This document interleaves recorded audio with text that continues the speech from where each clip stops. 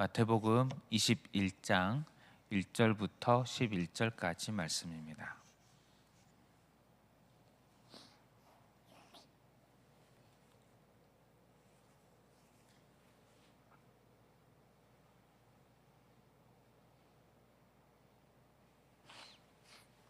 마태복음 21장 1절부터 11절 다 함께 봉독하겠습니다.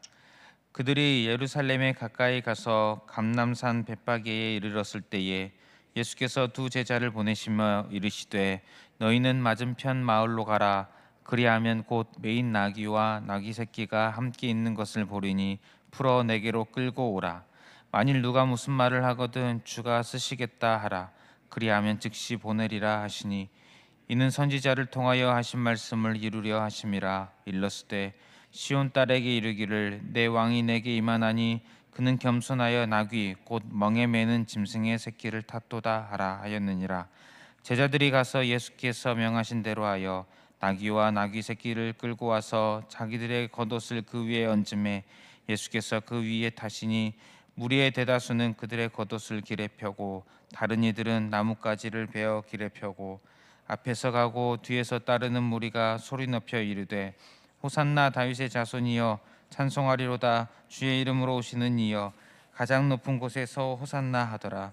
예수께서 예루살렘에 들어가시니 온 성이 소동하여 이르되 이는 누구냐 하거늘 무리가 이르되 갈릴리 나사렛에서 나온 선지자 예수라 하니라. 아멘. 오늘 말씀은 예수님께서 나귀를 타시고 예루살렘에 들어가시는 이야기입니다. 이 날은 예수님께서 십자가에 못 박히시는 그 주간의 첫째 날 일요일 주일입니다.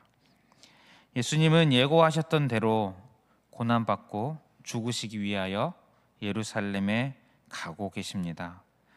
예루살렘에는 예수님을 잡아서 죽이려는 사람들이 있었고 그곳에 가시면 며칠 후에 잡혀서 죽으실 것입니다.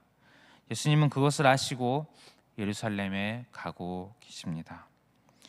그래서 오늘 이 장면은 마태가 전해준 인류를 구원하신 예수 그리스도 이 복음 이야기의 어떤 절정 클라이막스 십자가 사건이 시작되는 부분, 물론 이전 부분부터 시작되었다고 할 수 있지만 본격적으로 그 한 주가 시작되는 그런 부분이라고 할 수 있을 것입니다.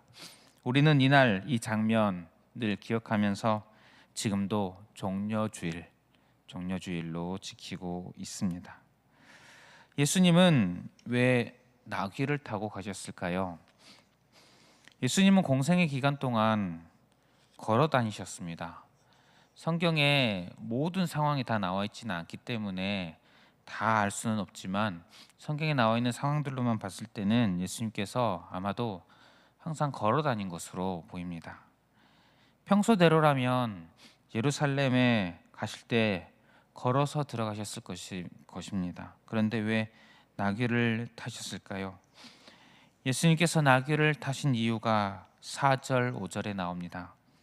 이는 선지자를 통하여 하신 말씀을 이루려 하심이라. 일렀으되 시온 딸에게 이르기를 내 왕이 내게 임하나니 그는 겸손하여 나귀 곧 멍에 매는 짐승의 새끼를 탔도다 하라 하였느니라.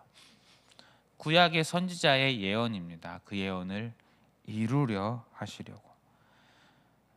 구약에서 말씀하신 메시아께서 오실 것에 대한 예언 내 성취를 위하여 나귀를 타셨다라는 것을 알 수가 있습니다. 이 말씀은 스가랴 9장 9절에 나와 있는 말씀입니다. 스가랴 9장 9절은 조금 더 길게 나와 있습니다. 시온에 따라 크게 기뻐할지어다. 예루살렘에 따라 즐거이 부를지어다. 보라, 내 왕이 내게 임하시나니 그는 공의로우시며 구원을 베푸시며 겸손하여서 나귀를 타시나니 나귀의 작은 것 곧 나귀 새끼니라. 하나님께서 오래전에 선지자를 통하여서 자기의 백성에게 구원을 베풀기 위하여 찾아오실 왕, 메시아의 모습이 이와 같으실 것이다 말씀을 하셨습니다. 그리고 그 말씀이 성취되는 것입니다. 그와 같은 모습으로 메시아께서 바로 예수께서 오셨음을 보여주고 계십니다.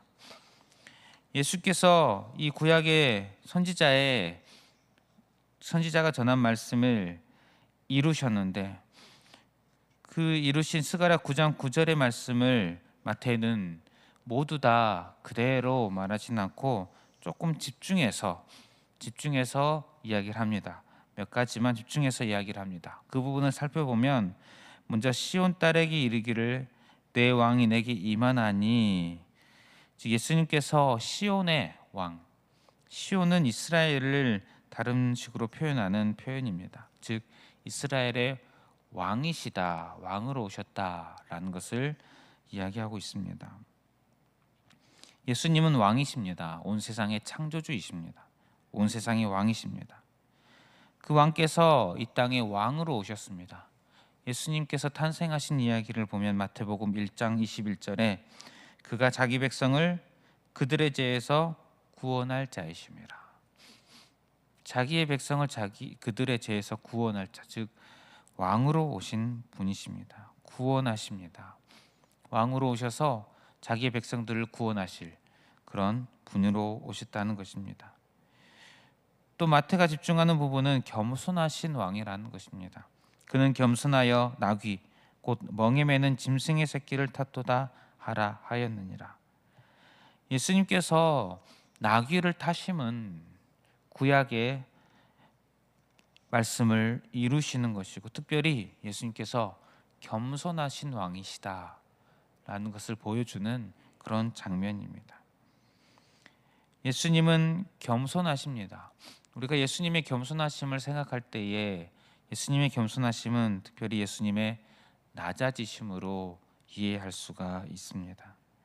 예수님은 낮아지셨습니다. 왕이신데 낮아지셨습니다. 우리가 잘 아는 빌립보서 2장 6절부터 8절의 말씀을 읽어드리겠습니다. 그는 근본 하나님의 본체시나 하나님과 동등됨을 취할 것으로 여기지 아니하시고 오히려 자기를 비워 종의 형체를 가지사 사람들과 같이 되셨고 사람의 모양으로 나타나사 자기를 낮추시고 죽기까지 복종하셨으니 곧 십자가에 죽으심이라.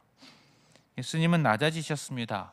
인간의 모습, 종의 형체를 입으셨습니다. 자기를 낮추셨습니다. 십자가에 죽으셨습니다. 우주를 만드신 창조주께서 어떻게 죽는 것이 가능하겠습니까? 그런데 예수님께서는 인간의 몸을 진히 입으시고 인간이 되셨고 죽으셨습니다. 자신을 낮추시고 한없이 낮추셨습니다. 그 예수님을 향하여서 사람들은 노래를 합니다. 호산나 다윗의 자손이여 찬송하리로다 주의 이름으로 오시는 이여 가장 높은 곳에서 호산나. 구약의 호산나를 인용하면서 예수님을 높입니다. 이 순간 사람들은 예수님을 그리스도 즉 메시아로 구원자로 표현합니다. 인정했던 것을 알 수가 있습니다. 하지만 그들이 기대한 메시아, 그들이 기대한 구원자는 조금 달랐습니다. 그들은 예수님을 정치적인 면에서 왕, 영웅, 구원자, 메시아이기를 원했습니다. 즉 로마, 악한 로마를 무찌른 분, 악한 로마를 무찌르고 위로 올라가실 분으로 생각을 하였습니다. 그러나 예수님은 그런 분이 아니셨습니다. 예수님은 낮아지신 왕이십니다. 예수님께서 그런 분이 아니심을 사람들이 알게 되자 불과 며칠 후에 호산나 외치던 이 순간에서 불과 며칠 후에 그들은 예수님을 십자가에 죽여라 외칩니다.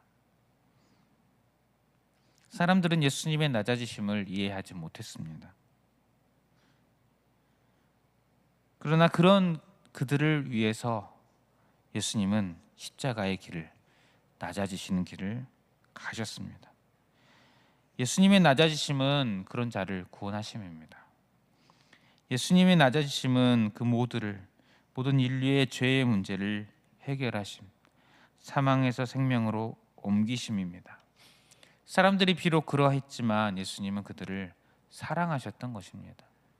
사랑하셔서 끝까지, 죽기까지 사랑하셔서 그들을 위해 낮아지셨습니다. 우리를 위해 낮아지셨습니다. 오늘 우리는 예수님께서 그 낮아지시는 그 길을 가고 계시는 모습을 봅니다. 나귀를 타고 예루살렘에 들어가고 계십니다. 오늘도 우리가 이 예수님을 기억했으면 좋겠습니다. 우리가 예수님을 날마다 기억할 것인데, 특별히 오늘 더 이 종려주일의 모습, 예수님께서 나귀를 타고 가는 그 모습, 이 모습을 특별히 우리가 더 기억하고, 왕께서 오셨는데 나를 위해 오셨구나, 낮아지셨구나, 이 사실을 기억하고, 예수께서 이렇게까지 하신 이유는 나를 사랑하시기 때문임을 기억하고, 내 마음에 예수님의 사랑이 가득 넘치는 저 여러분들 되시기를 축복합니다. 그리고 그 예수님의 사랑이 나에게 가득 넘칠 때에 나도 예수님을 더욱더 사랑하게 되는 그런 오늘 우리의 삶이 되시기를 축복합니다. 말씀을 기억하면서 다 함께 기도하시겠습니다.